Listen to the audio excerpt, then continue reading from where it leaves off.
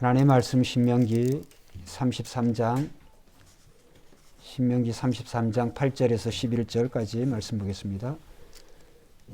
구약성경 316페이지에 있습니다. 신명기 33장 8절에서 11절 교독하겠습니다. 레위에 대하여는 일렀으되 주의 둠밈과 우림이 주의 경건한 자에게 있도다. 주께서 그를 마사에서 시험하시고 무리바 물가에서 그와 다투셨도다. 그는 그의 부모에 대하여 이르기를 내가 그들을 보지 못하였다 하며 그의 형제들 인정하지 아니하며 그의 자녀를 알지 아니한 것은 주의 말씀을 준행하고 주의 언약을 지킴으로 말미암음이니이다. 주의 법도를 야곱에게 주의 율법을 이스라엘에게 가르치며 주 앞에서 분향하고 온전한 번제를 주의 제단 위에 드리리로다. 여호와여 그의 재산을 풍족하게 하시고 그의 손의 일을 받으소서. 그를 대적하여 일어나는 자와 미워하는 자의 허리를 꺾으사 다시 일어나지 못하게 하옵소서. 아멘. 계속해서 우리는 이 신명기 33장 모세의 위원과 같은 그런 축복의 내용을 우리가 다루고 있습니다. 오늘은 이스라엘 12지파 가운데 이 레위 지파에 대한 모세의 축복의 말씀이라고 할 수가 있습니다.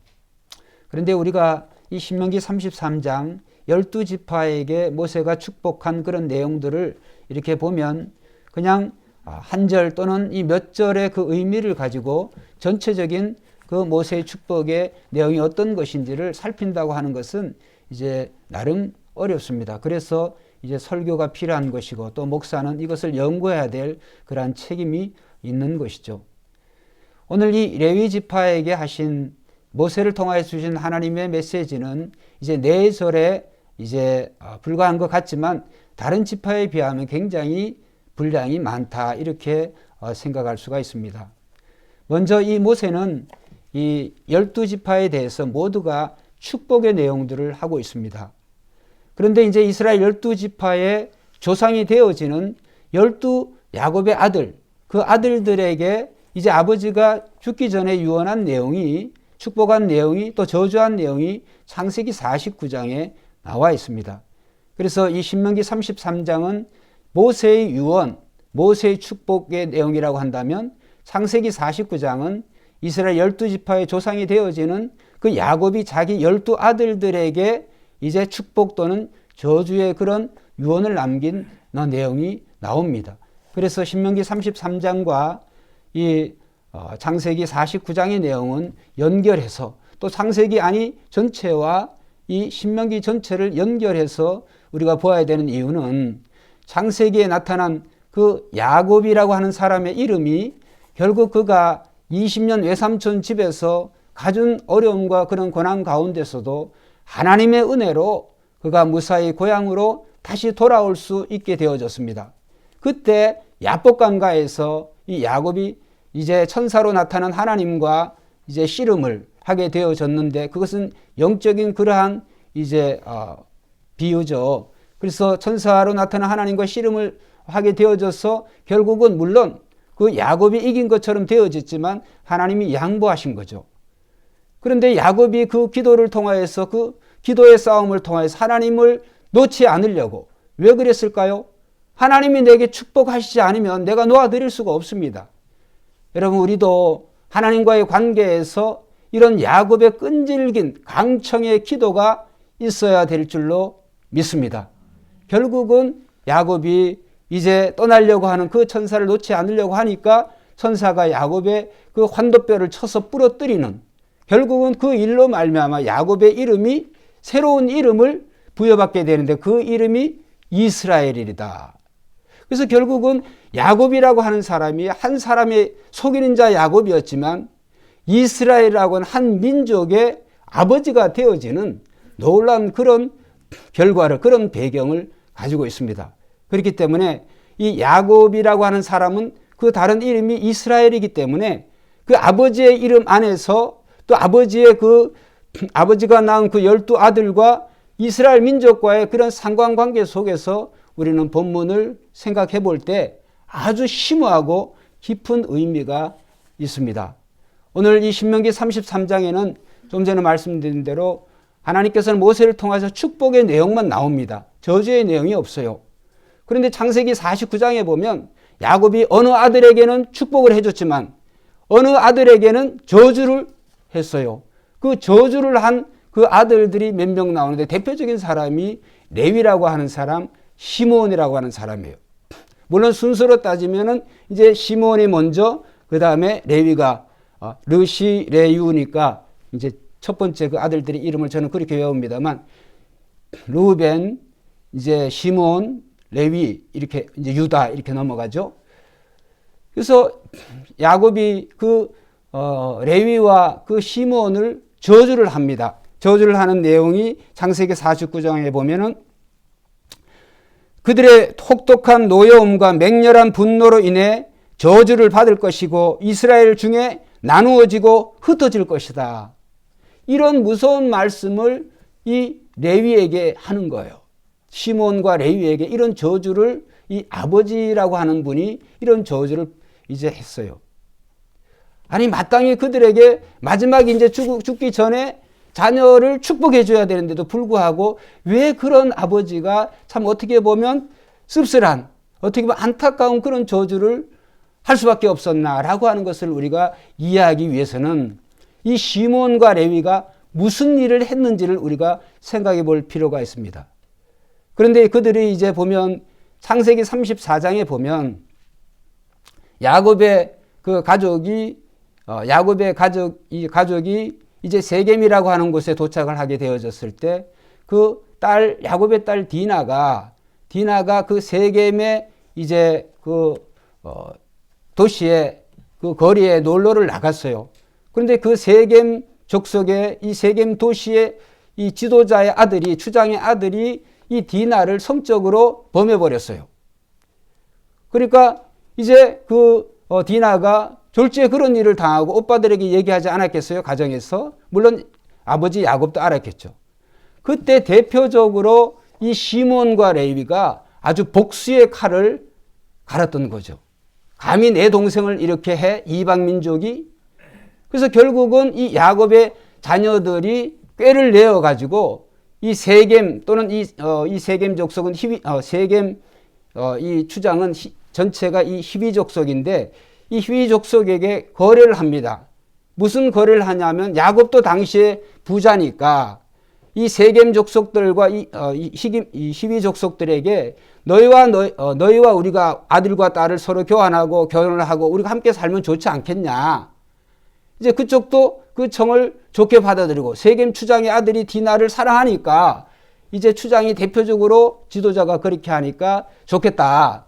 그런데 조건이 하나 있다. 너희와 우리의 다른 점은 우리는 하나님을 믿는 사람들인데 하나님을 믿는 사람들은 특별히 우리의 몸에 할례를 행한다. 그것이 이제 하나님 믿는 사람과 안 믿는 사람을 구별하는 표식이다. 라고 그렇게 얘기를 합니다. 그래서 너희가 할례를 받으면 우리 가족과 너희 족속이 함께 살 수 있다. 이런 이제 제안을 하게 되어지죠. 결국은 그것을 좋게 여기고 이제 주도적으로 세겜 추장과 그 아들이 주도를 하니까 그 족속들이 그 말을 듣게 되어져요.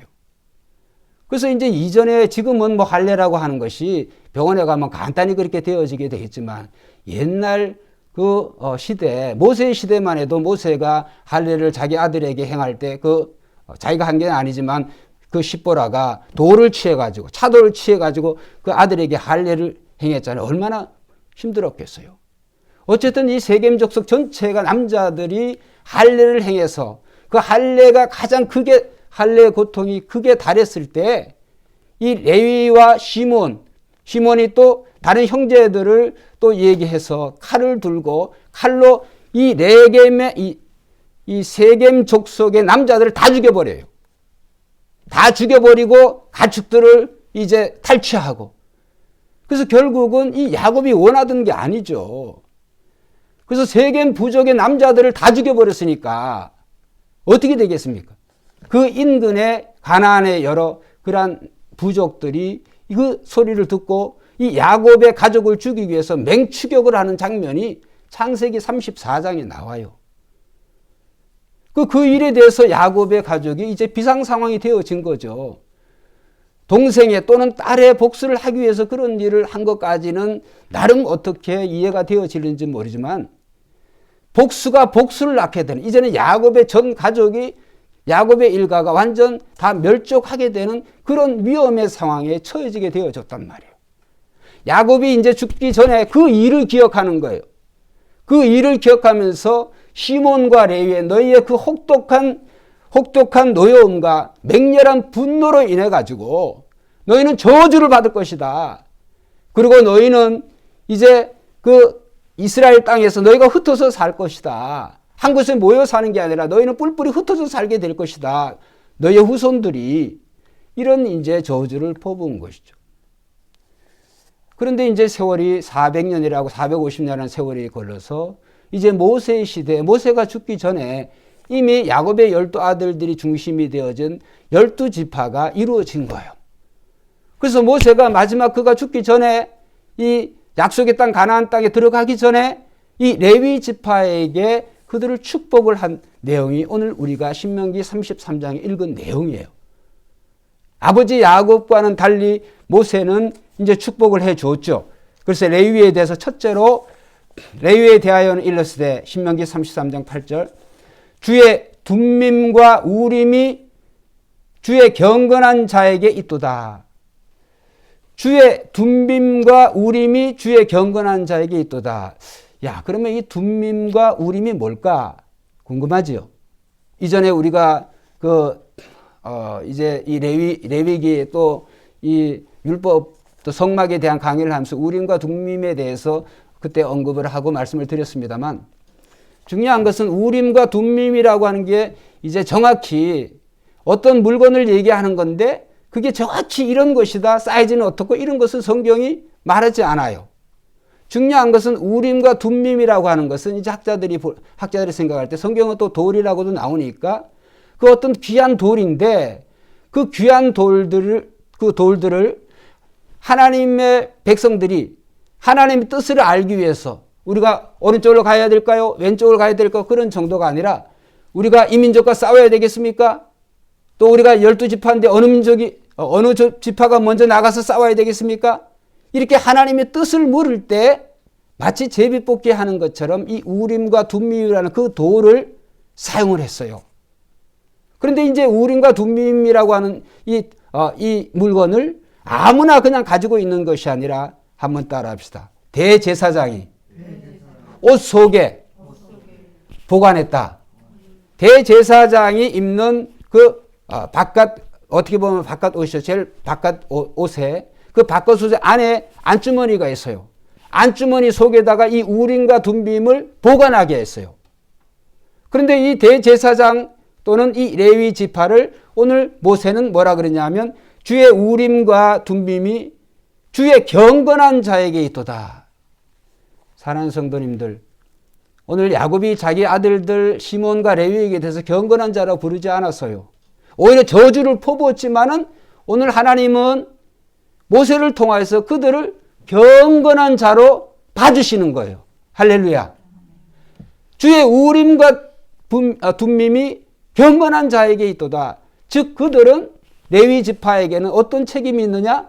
하나님의 뜻을 그들이 품고 그 하나님의 뜻을 이스라엘 12지파에게 보여주고 나타내 줘야 될 그러한 책임이 그들에게 있다는 거예요. 하나님의 뜻을 보여주고 나타내야 될 책임이 레위 지파 전체에게 있는 거예요. 이 말씀이 상당히 중요합니다. 그 말씀은 뭐냐 하면 이스라엘 지파 12지파는 하나님이 선택하신 그런 백성들이잖아요. 그런 민족이잖아요. 그들이 어떤 일을 할 때 어떻게 결정을 해야 되느냐? 즉 하나님의 뜻에 따라서 결정을 해야 되는 거예요. 근데 그 하나님의 뜻을 누구에게 물어야 되느냐 하면 바로 레위 지파, 그것도 대제사장이 소유하고 있는 그 우림과 둠밈을 통하여서 하나님이 뜻을 전달했어요.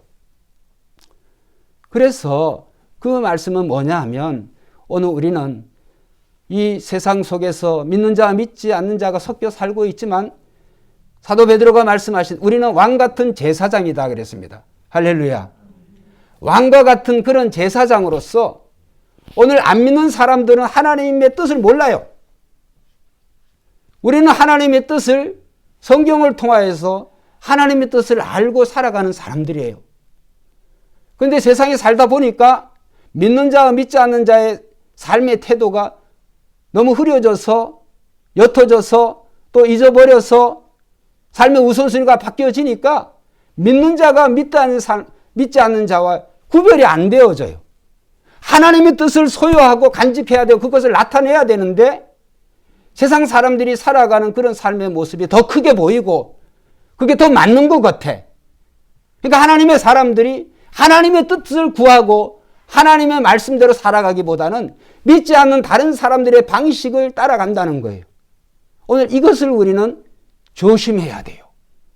저와 여러분들은 예수 그리스도를 믿음으로 말미암아 우리의 영원한 대제사장이신 예수 그리스도를 믿는 저와 여러분들은 늘 레위 지파에게 그들이 경건하지 않은 삶을 살았지만은 그러나 경건한 자로 봐주시고 하나님의 뜻을 그들에게 맡겨주신 것처럼 오늘 저와 여러분들은 늘 하나님의 뜻을 그 하나님의 말씀을 소중히 여기고 말씀을 우리의 삶에 나타내고 드러낼 때 하나님이 맡겨주신 그런 책임을 감당하는 거예요.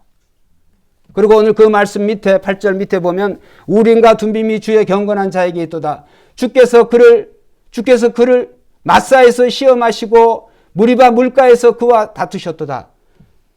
그라고 하는 것은 히라고 하는 것은 여기는 3인칭 단수죠. 근데 위에 보면 8절에 레위 지파가 아니고 레위에 대해서 결국은 레위 지파의 대표가 조상이 되어질 레위. 그러니까 레위나 레위 지파가 동일한 말이에요. 근데 그 레위 또는 그 레위 지파가 하나님이 그를 마사에서 시험하시고 무리바 물가에서 그와 다투셨도다.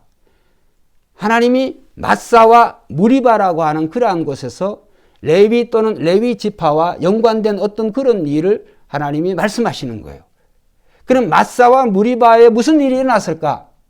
마사와 무리바는 이스라엘 민족이 이제 애굽에서 나와서 약속의 땅 가나안 땅에 이르는 곳에 두 지명이 마사와 무리바예요. 그 마사와 무리바에서 공통된 것은 물이 부족했어요. 물이 부족해서 이스라엘 민족들이 하나님을 원망하고 불평하고 우리가 우리가 마실 것이 없어가 여기 와지 광야에서 우리를 죽게 하느냐. 모세에게 또 아론에게 원망과 불평을 보이면서 다시 애굽으로 돌아가자. 이렇게 할 때 그들이 너무 원망하고 불평한 하나님이 모세를 하여금 야 얘들 다 죽여버릴까 내가? 다 죽여버리고 너의 후손 너를 통하여서 너 후손을 통하여서 한 민족을 망하게 만들어주겠다. 그럴 때 모세가 인간적으로는 성질나지만은 이스라엘 민족이 안타깝지만은 하나님이 그러시려고 이 민족을 애굽에서 데리고 나갔습니까? 그러면 다른 민족들이 뭐라 그러겠습니까? 하나님의 영광을 가리지 않겠습니까? 그렇게 하면서도 이제 마사에서 그렇지 않지만 무리바에서는 너무 백성들이 그러니까 하나님의 반석을 향하여서 가리키라 그러는데 모세가 성질 나니까 내가 너희를 위해서 물을 내랴 반석을 두들겨 버렸어요. 즉 하나님의 거룩하심을 하나님의 뜻을 모세가 하라는 대로 해야 되는데 모세가 그것을 살짝 성질 나니까 이스라엘 민족이 너무 하니까 그럼에도 불구하고 모세는 하나님의 뜻을 왜 하나님을 대변하는 사람이니까 하나님의 모습을 하나님의 성품을 하나님의 마음을 그대로 전달해 줘야 되는데 모세가 그러지를 못했어요. 그 말씀을 하는 거예요. 너희가 마사와 무리바 물가에서 그와 다투셨도다. 그와 누구? 하나님과 다투었다는 거예요. 비록의 모세가 잘못된 그러한 일로 인해서 모세가 약속의 땅 가나안 땅에 못 들어가요. 바로 이 무리바 물가 사건 때문에. 그것을 말씀하시는 거예요. 그러나 레위 지파가 훌륭한 것은 그 다음 말씀에 있어요. 그래서 레위 지파의 대표적인 사람이 이 모세와 아론 아니에요.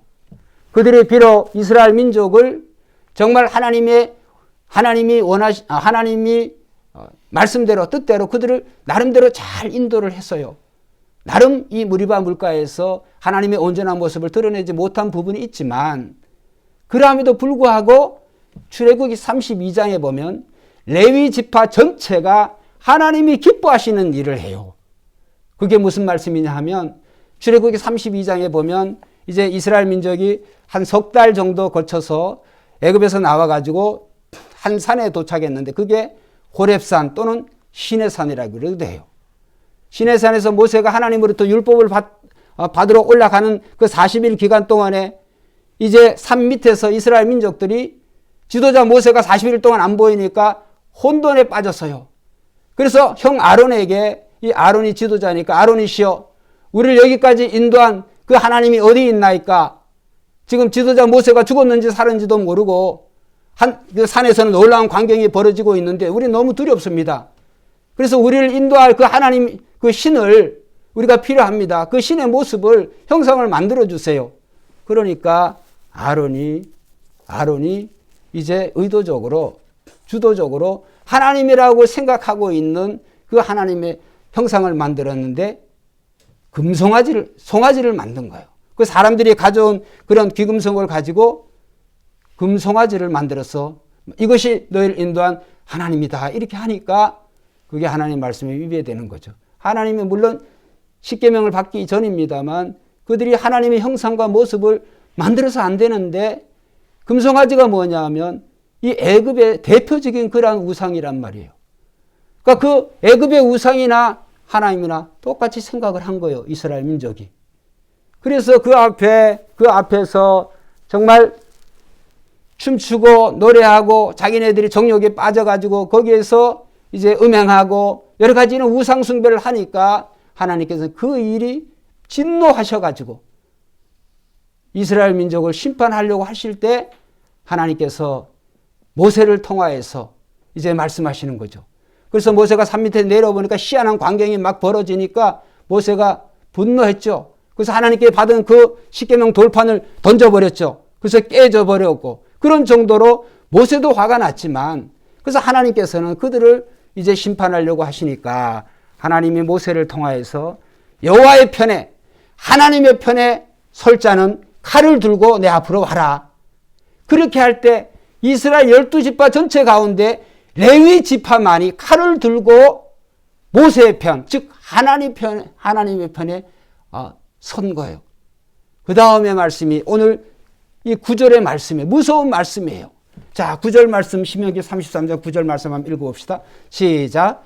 그는 그의 부모에게 대하여 이르기를 내가 그들을 보지 못하였다 하며 그의 형제들을 인정하지 아니하며 그의 자녀를 알지 아니한 것은 주의 말씀을 준행하고 주의 언약을 지킴으로 말미암음이로다. 이게 무슨 말씀일까요? 칼을 들고 나온 레위 지파가 해야 될 일은 지금 우상 숭배를 주도적으로 이끌고 우상 숭배에 빠진 자들을 죽이는 거예요. 근데 죽이려고 보니까 부모가 있어, 자식이 있어, 형제가 있어. 근데 이 레위 지파가 어떻게 했느냐 하면 그 부모를 보았지만 보지 못하였다. 형제를 알지만 알지 못하였다. 그렇게 말하는 거예요. 그렇게 하면서 하나님의 뜻대로 그들을 처결하는 거예요. 어떻게 보면 이게 지금 현 시대에 일어난다고 그런다면 완전히 미친 일이죠. 완전히. 이게 기독교가 아니라 완전히 이게 살육의 종교고 이게 정말 이단 중에 상위 이단 아니냐. 이렇게 생각할 수가 있는데 오늘 우리는 예수님의 말씀을 생각해야 돼요. 예수님께서 이제 가시는 곳에 수많은 사람들이 모여서 예수님의 가르침을 듣고자 또 병자들을 고쳐주시니까 병자들이 모였잖아요. 오늘 예수님의 어머니와 형제들이 방문을 했어요. 그래서 제자 중에 한 사람이 그랬는지 무리 중에 한 사람이 선생님이요. 선생님 지금 당신의 모친과 형제들이 방문을 했습니다. 그때 예수님이 이렇게 말씀하셨어요. 누가 내 모친이고 누가 내 형제냐? 한번 따라합시다. 하나님의 뜻대로 행하는 자라야 내 모친이요 형제니라. 하나님의 뜻대로 행하는 자라야 내 모친이요 내 형제다. 이렇게 말씀하셨어요. 여러분 하나님의 뜻에 어긋나는 사람, 어긋나는 그러한 자에 대해서 부모 형제라 할지라도 특별히 지금 시대에 이것을 그대로 적용하면 위험하죠. 지금 이 시대는 어떤 시대예요?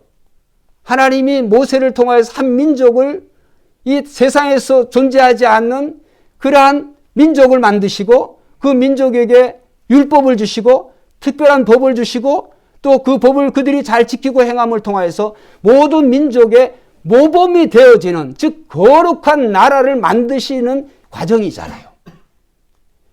이 말씀을 오늘날 그대로 적용시킬 수는 없어요. 왜? 이미 이것이 예수 그리스도 오심으로 통해서 완성이 되어졌으니까. 그래서 하나님께서는 이 모세의 시대에 이 레위 지파가 그들이 하나님의 뜻을 순종하고 그 하나님의 뜻을 행하기 위해서는 부모 형제라고 할지라도 자식이라고 할지라도 하나님의 뜻을 거역하고 우상 숭배하는 자들에 대해서 거기에 대해서 앞장서서 하나님 말씀을 순종한 레위 지파를 하나님이 칭찬하시는 거예요. 할렐루야. 할렐루야. 무서운 일이지만 그래서 우리는 이 말씀 소개를 통해서 오늘은 그래서 하나님이 이 레위 지파를 축복을 해 주시는 거예요. 다시 돌아가서 저는 말씀을 생각하면서 이 아버지 이 야곱이 시몬과 레위에 대해서 저주를 했어요. 그들의 맹렬한 분노와 그들의 혈기로 인해서 저주를 받을 것이다. 그 레위 지파는 무슨 저주를 받았나? 또 땅에 흩어져 살게 된다. 어떻게 흩어져 살게 됐나? 그 말씀이 그대로 성취가 되어졌어요. 그게 무슨 말일까요? 이스라엘 12지파가 이제 가나안 땅에 들어가면 12지파가 한 지파씩 땅을 기업으로 받아요. 이제 광진구 화양동에서 저 중곡동까지는 무슨 지파, 또 어디 구리 또 남양주 여기는 무슨 지파, 이렇게 다 경계를 놔주는데 레위 지파에게는 기업이 없어. 안 줬어요. 그리고 중요한 것은 레위 지파는 자기들 마음대로 살아가면 안 돼. 레위 지파가 전체가 하는 일은 늘 하나님을 중심으로 이스라엘 민족을 대신해서 12지파를 대신해서 온전히 레위 지파는 한번 따라해서 하나님께 드려졌다. 레위 지파 전체가 하나님께 드려졌어요. 바쳐졌어요. 그러니까 이스라엘 12지파는 레위 지파가 희생이 된 거예요. 속죄물이 되어진 거예요. 그 말이 무슨 말이냐 하면 12지파가 이제 물론 12지파로 나온 건 아니지만 이스라엘 민족이 어쨌든 출애굽에서 나오게 될 때 애굽에 행하신 마지막 우리가 심판을 10가지 재앙의 마지막 재앙을 우리는 생각을 해야 돼요. 그게 뭐냐 하면 장자의 죽음이었잖아요. 초태생의 죽음. 짐승이나 사람이나 하나님께서는 초태생을 다 죽이셨어요. 초태생을 다 죽일 때 애굽의 모든 가정의 초태생들은 다 죽었지만은 이스라엘 가정의 초태생은 짐승이나 사람이나 죽지 않았어요. 왜 그러냐 하면 하나님께서 어린 양을 잡아서 그 어린 양의 피를 문설주에 바른 집마다 죽지 않게 장자의 죽음을 하지 않도록 하나님이 그렇게 은혜를 베풀어 주셨어요. 그 다음 말씀이 중요해요. 그 다음에 하나님께서는 너희가 한 사람도 안 죽었지만 죽은 것으로 간주한다. 뭘로 대신해서? 이 어린 양을 대신해서. 마찬가지로 이제는 그것이 간단한 문제가 아니라 너희가 12지파가 있는데 한 지파는 하나님께 죽은 거나 마찬가지다. 나머지 11지파를 위해서 한 지파가 온전히 하나님을 섬기고 하나님을 받드는 그런 일을 해야 된다. 그래서 레위 지파 전체가 하나님을 섬기는 일을 하는 거예요. 성막이면 성막, 성전이면 성전, 물 깃는 일부터 또 성전을 지키는 일부터 그릇을 만드는 일을 하며 닦는 일을 하며 제사를 책임지는 일을 하며 찬양을 인도하는 일을 하며 모든 일들을 성막과 성전과 예배에 대한 모든 것을 레위 지파만이 할 수가 있어요. 그래서 그들은 기업이 없어. 하나님이 주시면 먹는 거고 하나님이 안 주시면 못 먹는 거예요. 놀라운 말씀이 있어요. 오늘 우리는 어떻게 보면 이 레위 지파는 안 믿는 세상 사람들이 보면 예수 믿는 사람들이 참 멍청해. 아이고 저런 식으로 살아가면 저 어떻게 어떻게 될 거야? 무슨 복을 받겠어? 이렇게 생각하는지 모르지만 한번 따라 합시다. 하나님을 가까이 하는 것이 복이다. 시편 73편 28절에 분명히 그렇게 나와요. 하나님을 가까이 하는 것이 복이다. 하나님을 가까이 하는 것이 복이에요. 여러분 시편 73편 17절에 보면 안 믿는 사람들은 더 오래 사는 것 같아. 더 잘 먹고 잘 사는 것 같아. 하나님 믿는 우리는 왜 이렇게 고난이 많지? 안 믿는 사람도 고난도 없는 것 같아. 더 오래 사는 것 같아. 잘 먹고 잘 사는 것 같아. 근데 믿는 사람은 왜 이러는 거야? 그런데 시편 73편 17절에 보면 내가 주의 성소에 들어갔을 때 깨달았나이다. 할렐루야. 하나님의 성전에 들어올 때 성도는 즉 예배 중심의 삶을 통하여서 성도에게 하나님이 깨달음을 주세요. 그게 얼마나 허망한 일인지. 믿지 않는 자들의 번영, 영원히 오래되는 것 같지만 그들은 정말 화무시비롱이라고 꽃이 아무리 아름다워도 활짝 피 만개가 되어진다는 열흘이면 끝난다는 거 아니에요. 여러분 하나님이 돌보시지 않고 하나님이 관여하지 않는 불신자의 삶이라고 하는 것은 그것은 여러분 오늘 우리가 부러워할 일이 아니에요. 오늘 우리는 세상의 물질로 사는 것이 아니라 하나님의 입에서 나온 모든 말씀으로 살아야 될 줄로 믿습니다. 예수님이 그러셨어요. 너희 조상 이스라엘 민족은 광야에서 40년 동안 하늘에서 내리는 만나를 먹었고 메추라기를 너희가 수고하지 않은 메추라기를 먹었지만 다 죽었다. 그러나 나는 하늘에서 내려온 한번 따라합시다. 생명의 떡이다. 나를 먹는 자는 죽어도 살겠고 무릇 살아서 믿는 자는 영원히 죽지 아니하리라. 여러분 오늘 우리가 먹는 음식들은 우리 육신의 건강을 유지시켜주는 그러한 식물이 되겠지만 그보다 더 중요한 것은 하나님의 입에서 나오는 그 말씀, 하나님의 입에서 나오는 그 말씀은 오직 경건한 자만 먹을 수가 있어. 경건한 자는 하나님을 믿는 사람들이에요. 하나님 믿는 우리들은 하나님을 가까이 하는 것이 우리에게 복이라고 하는 사실을 여러분 꼭 기억하시기를 주의 이름으로 축원드립니다. 여러분 믿는 자와 믿지 않는 자의 결론은 달라져요. 열매는 다릅니다. 이 땅에 사는 동안에도 그렇고 우리가 들어갈 영원한 천국에서도 그렇고 성도는 성도답게 살아야 될 줄로 믿습니다.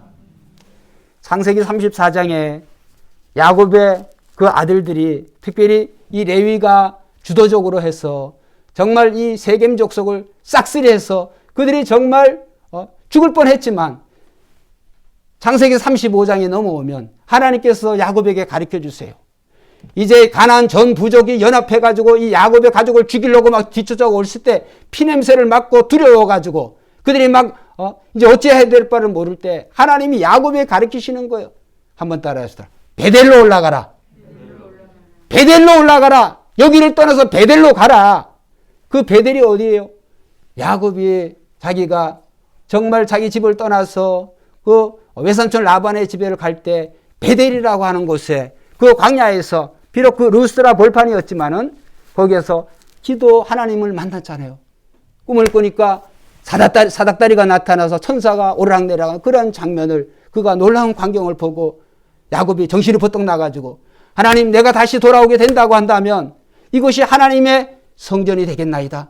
하나님 앞에 예배를 드리겠나이다. 그래서 야곱이 개인적으로 그 이름을 베드라고 하는 말은 집, 엘이라고 하는 하나님, 하나님의 집, 즉 그것을 하나님의 성전으로 삼겠습니다. 이런 말이에요. 근데 야곱이 오랫동안 그 약속을 못 지켰어요. 베델을 멀리하고 베델을 기억하지 않는 야곱의 삶이라고 하는 것은 물질의 축복을 받았지만 그러나 결과는 뭐예요? 가나안 모든 민족의 표적이 되어져서 다 죽게 되어졌어요. 그때 하나님이 가르쳐 주시는 거예요. 베델로 올라가라. 베델로. 야곱의 가족이 베델로 올라갈 때 야곱의 가족이 지키지 않아도 한번 따라합시다. 하나님이 두려운 마음을 주어서 하나님이 쫓는 적군들에게 두려운 마음을 주어서 그들이 쫓지 못하게 하나님이 해결하신 줄로 믿습니다. 그거예요. 오늘 우리는 하나님을 바라보고 하나님의 뜻을 어떤 상황 가운데서도 성도는 성도답게 오늘 하나님의 말씀을 받은 우리는 하나님의 경건한 사람들이에요. 그래서 우리는 세상 물질적이고 그러한 무병장수 그런 거에 복이 아니라 하나님이 우리의 복인 줄로 믿습니다. 그래서 레위 지파에게는 하나님이 기업을 주시지 않고 하나님이 뭘 기업으로 주셨을까요? 하나님 자신이 내가 너희의 기업이 되겠다. 할렐루야. 자, 성경 찾아보겠습니다. 세 군데만 찾아보고 결론을 드리겠습니다. 여호수아 13장 33절. 신명기 다음에 여호수아 13장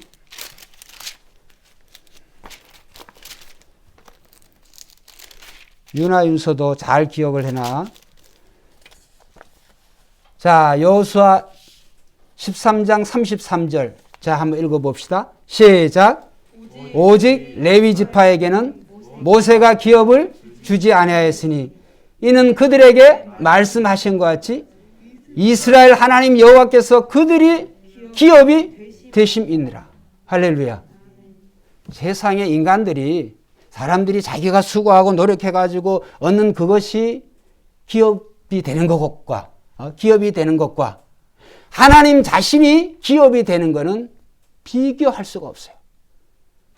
세상의 모든 것들은 피조물들이지만 창조주 하나님이 전능하신 하나님이 우리의 기업이 되신다. 할렐루야. 비교를 할 수가 없죠.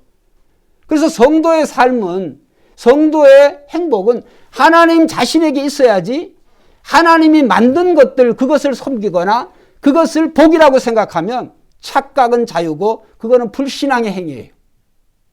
성도는 오늘의 고난이 있고 오늘의 아픔이 있고 오늘의 내 뜻대로 삶이 펼쳐지지 않는다고 할지라도 하나님 안에 하나님이 우리의 기업이 되신다고 하는 사실을 확실하게 믿고 흔들리지 않는 그런 신앙생활을 해야 될 줄로 믿습니다.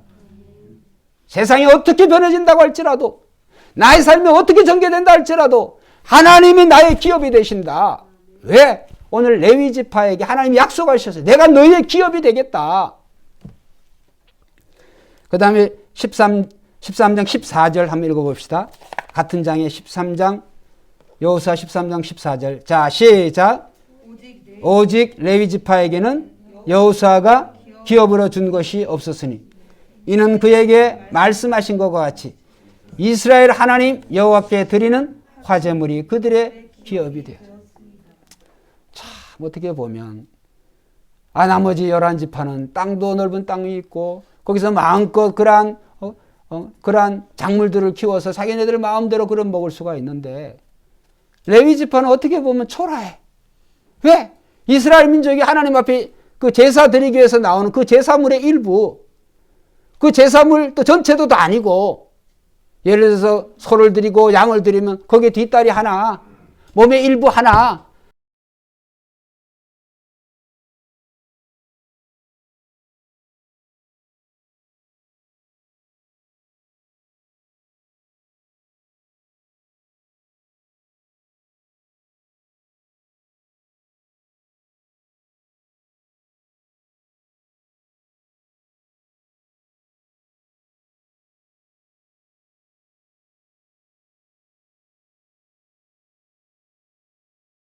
남녀노소 하면은 200만 명이 넘어요.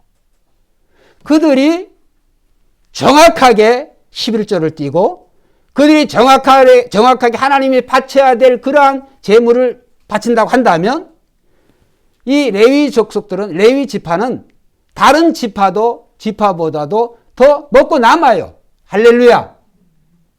그들이 온전한 제물을 드리지 않으니까 레위 지파는 가난할 수가 있어요. 그들이 온전하게 드려지면 그들은 다른 지파에 비교할 수 없이 그들은 넉넉하게 살 수가 있어. 그 말씀이에요. 그 말씀. 그렇기 때문에 레위 지파에게 분 것은 너희 기업 없어. 하나님께 바쳐진 그 재물이 너희의 기업이야. 이렇게 말씀하시지만 그것을 부정적인 것으로 바라보는 게 아니라 레위 지파가 하나님만을 섬기는 그러한 지파로 그러한 직분을 감당했다고 한다면 나머지 11지파는 전체로 자기들이 이 하나님께 바쳐야 될 그러한 부분들에서 마땅히 드리면 풍족해지는 거예요. 여러분, 어느 우리의 삶을 또 영적으로 비교를 해볼 수가 있어요. 어느 우리의 삶이 내가 볼 때 이게 참 부족한 것 같아. 내가 볼 때 이렇게 부족한 것 같지만 그러나 이러한 모든 부족한 부분이 내가 보는 시각과 하나님이 바라보는 시각이 달라요. 그게 뭐냐면 우리는 가난한 중에도 어려움 중에도 하나님의 말씀대로 살아야 될 줄로 믿습니다. 하나님 말씀대로 여러분 엘리사 시대, 특별히 엘리야 시대 그 사렙다 과부가 그 기름 조금 남았어. 기름 몇 방울. 그 다음에 밀가루 한 움큼. 그거 이제 조그만 빈대떡 하나 붙여가지고 아들과 먹고 죽으려고 그러는데, 엘리야가 말하는 거예요. 여인이요. 나를 위해서, 내가 지금 배가 고픕니다.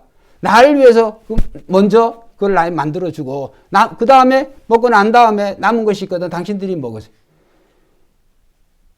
이게 미치지 않는 이상 하나님의 사람이 그런 말을 할 수가 있어요. 자기 먹고 마지막 그 미를 음식이 많은 것도 아니고 그거 정말 하나 호떡이나 제대로 구워질까? 빈대떡 하나 만들어질까? 근데 그거를 주라는 거예요. 근데 축복의 말이 나가는 거예요. 너가 나에게 주면 하나님께서 엘리야를 통해서 가루통에 가루가 떨어지지 아니하고 기름병에 기름이 떨어지지 아니하리라. 할렐루야. 드리니까 어떻게 되어졌어요? 사렙다 과부가 그 말씀을 듣고 드리니까 3년 반의 기근에 그 집은 기근이 없어. 밀가루를 사용하면 또 나와, 기름을 부으면 또 나와. 신기한 일이에요. 여러분, 예수님의 오병이어 사건 어떻게 우리가 알고 있어요? 5,000명이 먹는 5,000명 남자 장정만 해도 5,000명이나 되는 그런 거대한 숫자가 모였는데 먹을 걸 가져오라 그러니까 아무도 먹을 것이 없어. 안 가져왔어. 그런데 어린아이가 자기 먹을 것을 안 먹고 예수님께 그것을 가져왔어요. 즉 물론 빌립을 통해서 가져왔지만, 그래서 예수님께서 어린아이의 그 작은 도시락, 보리떡 5개, 물고기 2마리, 떡이라고 해봐야 그게 무슨 얼마나 컸겠어요. 정말 김밥 그 5개, 물고기 2개, 멸치 2개, 아니 고등어를 가져왔겠어요. 연어를 가져왔겠어요. 뭘 가져왔겠어요? 도시락으로. 그런데 그 작은 것이지만 그것을 주님의 손에 드릴 때 어떻게 되어졌습니까? 남자 장정만 5,000명이 먹고도 12바구니가 날로 놀라운 역사가 나타난 줄로 믿습니다. 우리의 가지고 있는 것이 내 형편이 비록 작고 연약하다고 느껴지지만 하나님이 축복하시면 모든 삶의 문제를, 영과 육의 모든 문제를 해결하여 주시는 줄로 믿습니다. 때로 하나님 말씀대로 살다 보면 내 뜻대로 잘 안 돼. 내가 원하는 방향대로 안 가. 그래도 불구하고 우리는 믿음으로 살아야 돼요. 믿음으로 산다고 하는 것은 하나님께 날마다 가까이 가는 삶을 살아야 될 줄로 믿습니다. 그 일에 부모와 형제도 거침이 되어서는 안 돼요. 여러분 자식도, 여러분 일가 친척도, 여러분 물질도 여러분이 하나님께로 가는 그 길에 거침이 되어서는 안 되는 거예요. 그러나 정확히 하나님과 가까이 갈 때 하나님은 내가 버린 것 같지만 모든 부모, 형제, 일가 친척의 문제를 하나님이 책임져 주실 줄로 믿습니다. 여러분 그것을 기억하세요. 그리고 마지막으로 출애굽기 18장 7절 찾아봅시다. 같은 다 여호수아니까 18장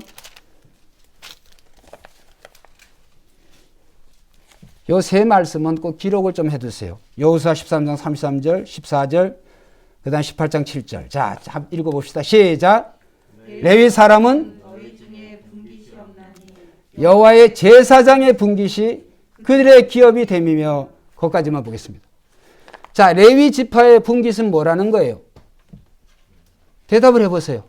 레위 지파의 기업은 뭐라고요? 제사장의 뭐가요?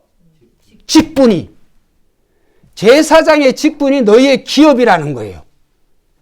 저는 말씀을 준비하면서 충격을 먹기도 하고 정말 회개가 나오기도 하고, 하나님이 저에게 이런 목사의 직을, 성직자의 직을 저에게 주셨는데 제가 그 일을 한다고 정말 부족하지만 하고 있는데 이것이 나에게 하나님 신 기업이구나. 이걸 잘 몰랐어요. 그래서 어릴 때부터 아버지의 삶이 그러하니까 목회자 빼놓고는 특별히 장로님으로 섬기는 게 더 좋겠다. 우리 교회 장로님들은 안 그러시지만, 자녀분들은 안 그러시지만, 저는 어릴 때 자라나면서 정말 임직자의 자녀들을 통해서 많은 상처를 받았어요. 우리 아버지가 내는 그 헌금 때문에 너희가 먹고 사는 줄 알아. 제 동생들은 몰라요. 아주 그 얘기를 제가 들을 때마다 아주 한이 맺혀요. 절대 내가 목사는 안 돼야 되겠다. 목사로 사는 삶이 저런 삶이구나. 많은 아이들에게 제가 그런 얘기를 들었어요. 그것도 임직자의 장로님의 자녀들을 통해서. 지금도 거기 살아있어요. 그런데 결국은 절대 안 된다 그러면 여러분, 하나님 앞에 절대라는 말은 절대 하시면 안 돼. 절대로 하게 하시더라고요. 저는 목회자로 사는 것이 믿지 않는 사람들, 그런 목사뿐만이 아니라 여러분 성도로 사는 것이, 성도로 산다고 하는 것이 어떻게 보면 안 믿는 사람들을 보면 해야 될 것도 안 하고 못하고 이런 걸 못하잖아요. 늘 두렵고 늘 거룩하고 늘 진실하게 못 살지만 그렇게 살아야 되려고 노력이나 하고 흉내를 내야 되니까 얼마나 힘들어요. 그런데 그렇게 사는 우리의 하나님의 성도의 직분, 교회에서 재직의 직분, 그러한 것도 뭐 되어지기는 성도 자체, 이 자체가, 이 하나님 믿는 이것 자체가 하나님이 우리에게 주신 기업이라는 거예요. 할렐루야. 목사는 목사로서, 장로님은 장로님으로서, 집사님은 집사님으로서, 평신도는 평신도로서 여러분 한 사람 한 사람이 무엇을 하든지 간에 하나님 믿는 사람으로서 여러분 하는 모든 직이, 여러분 하시는 모든 일이 그것이 기업인 줄로 믿습니다. 하나님의 기업을 여러분이 맡으셔서 직장에 가든지 가정에 가든지 어디에 가든지 늘 우리는 한번 따라합시다. 하나님의 편에 서야 된다. 하나님의 편에 서야 되는 거예요. 그 하나님의 편에 서는데 장애가 되어지면은 레위 지파와 같이 부모라 할지라도 죽이고 자녀라 할지라도 죽이고 형제라도 할지라도 죽여야 했던 것이 레위 지파가 했던 일이란 말. 오늘날 우리가 그것을 그대로 실행하지는 말아야 되지만 왜? 그것은 구약과 신약이 다르죠. 그 말씀은 뭐냐면 오늘은 죄에 대해서 또 우리가 불의에 대해서 이런 것은 우리가 미워해야 되고 이런 것은 우리가 본받지 말아야 되잖아요. 그렇기 때문에 성도라고 하는 것 자체가 하나님의 기업인 줄 알고 그게 축복인 줄 알고 성도답게 살아가시기를 주의 이름으로 축원드립니다. 성도답게 살아가야 되는 거예요. 여러분 자존심이 있어야 되잖아요. 하나님 믿는 사람들이 하나님을 믿는 사람답게 살아가야 되지. 안 믿는 사람들, 그 사람들의 삶이 뭐 또 쫓아간다고 한다면 성도됨이 없어져 버리는 거예요. 여러분 오늘 우리는 시편 그 73편 28절에 하나님을 가까이 하는 것이 복이다. 여러분 우리가 하나님을 가까이 할 때 하나님께서는 반드시 우리를 책임져 주시는 줄로 믿습니다. 그래서 오늘 설교의 결론적으로 이 모세가 레위 지파에게 너희가 이렇게 하나님의 뜻을 품고 그 하나님의 뜻대로 살아갈 때 너에게 이런 축복이 있다. 축복의 내용이 오늘 신명기 33장 자 이제 마지막 이걸 읽고 기도드리겠습니다. 33장 자 11절 자 같이 읽어봅시다. 시작.